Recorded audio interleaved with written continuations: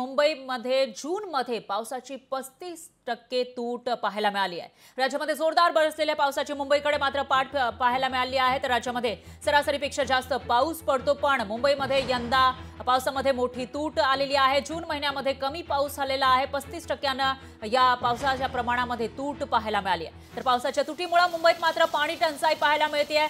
जून महिना सरला तरी सुद्धा मुंबईकरांवर पाणी कपातीचं संकट आहे। 10% पाणी कपात केली जाते आणि ज्या धरणांमधून मुंबईला पाणी पुरवठा केला जातो त्या धरण क्षेत्रात म्हणावा तसा पाऊस पडलेला नाहीये। त्यामुळे पाणी पातळी वाढलेली नाही आणि याचा परिणाम म्हणजे मुंबईकरांना पाणी कपातीला सामोरं जावं लागतं आणि येत्या काही दिवसांमध्ये हे संकट अधिक तीव्र होण्याची शक्यता आहे जर पाऊस चांगला पडला नाही तर। त्यामुळे आता पुढे नेमकं काय होणार ते बघावं लागणार आहे। दरम्यान मुंबईकरांना चांगल्या पावसाची अजूनही प्रतीक्षा आहे। तर मुंबईमध्ये पाणी कपात सध्या सुरू आहे आणि ही पाणी कपात आणखी वाढवली जाण्याची शक्यता आहे। त्यामुळे मुंबईकरांची चिंता वाढली आहे।